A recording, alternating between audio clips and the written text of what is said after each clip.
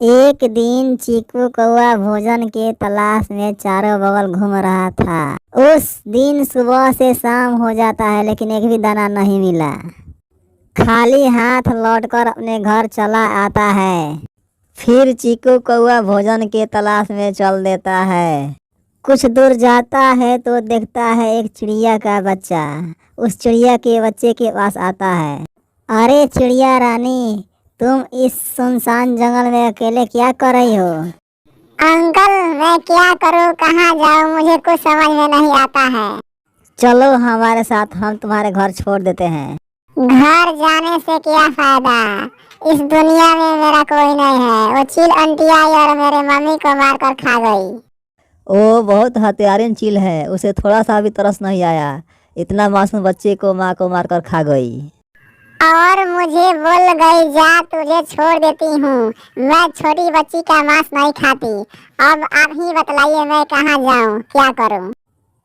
ठीक है मासूम बच्ची, तुम हमारे साथ हमारे घर चलो, मैं तुम्हारा देखभाल करूँगा। सच में आप हमारे माँ की तरह देखभाल करोगे?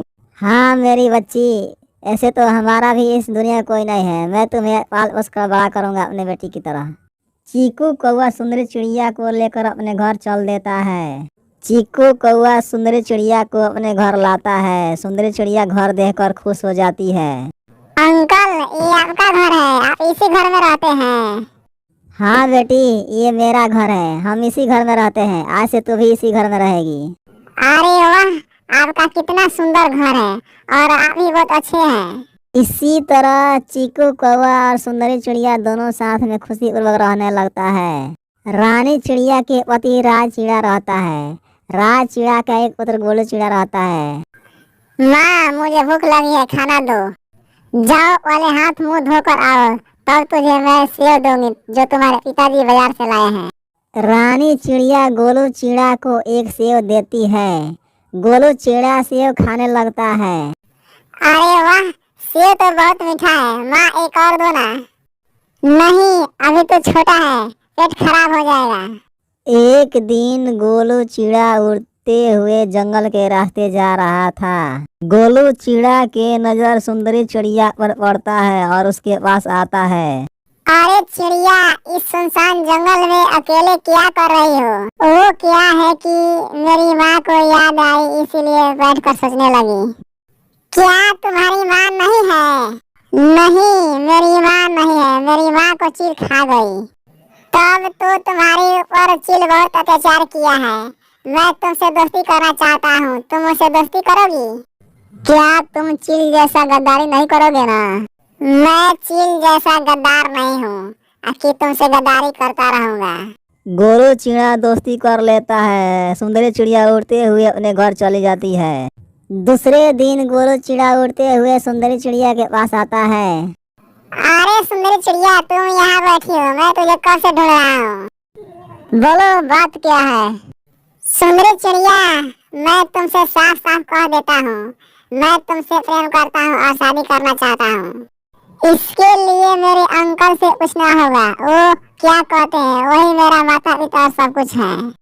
ठीक है, मैं तुम्हारे अंकल से भी पूछ लूंगा। इतना बात कहकर सुंदरी चिड़िया अपने घर लौट आती है। बेटी, अब तो सियान हो गई है, बाहर घूमने ना जाया करो, मेरी शिकायत होगी और तुम्हारे शादी विवाह भी तो करना है। नहीं नहीं अंकल, आपका शिकायत कभी नहीं होगी। मैं आपके पूछे बिना कोई काम नहीं कर सकती। एक दिन की बात है, गोलू चिड़ा सुंदरी चिड़िया से बातें करता है, तब तक चीकू कौआ आ जाता है। बेटी, तू यहाँ क्या कर रही है और ये कौन है? ये मेरा दोस्त गोलू चिड़ा है, जो राज चिड़ा का बेटा है। नमस्ते अंकल। नमस्ते नमस्ते। बेटा तू करता क्या है? जी अंकल, मैं तो अभी पढ़ रहा हूँ। एक दिन की बात है, रानी चिड़िया खाना बनाने में देरी कर देती है तो राज चिड़ा बोलता है, रानी चिड़िया, खाना बनाने में देरी क्यों कर रही हो? मुझे काम पर जाना है, तुझे मालूम नहीं? हाँ हाँ, मुझे मालूम है, इतना जल्दी है तो अपने बेटा गोलू चिड़ा का शादी कर दो, बने बनाए खाना मिलेगा। मैं अपने गोलू चिड़ा का शादी कोई अच्छा घर में करूँगा, कोई रिश्ता तो आने दो। दूसरे दिन चीकू कौआ राज चिड़ा और रानी चिड़िया के पास आता है। भाई साहब नमस्ते। नमस्ते नमस्ते, बोलो कैसे आना हुआ? भाई साहब, मेरी एक बेटी है सुंदरी चिड़िया। मैं चाहता हूँ कि उसकी शादी तुम्हारे बेटे राज चिड़िया से हो जाए तो अच्छा होता है।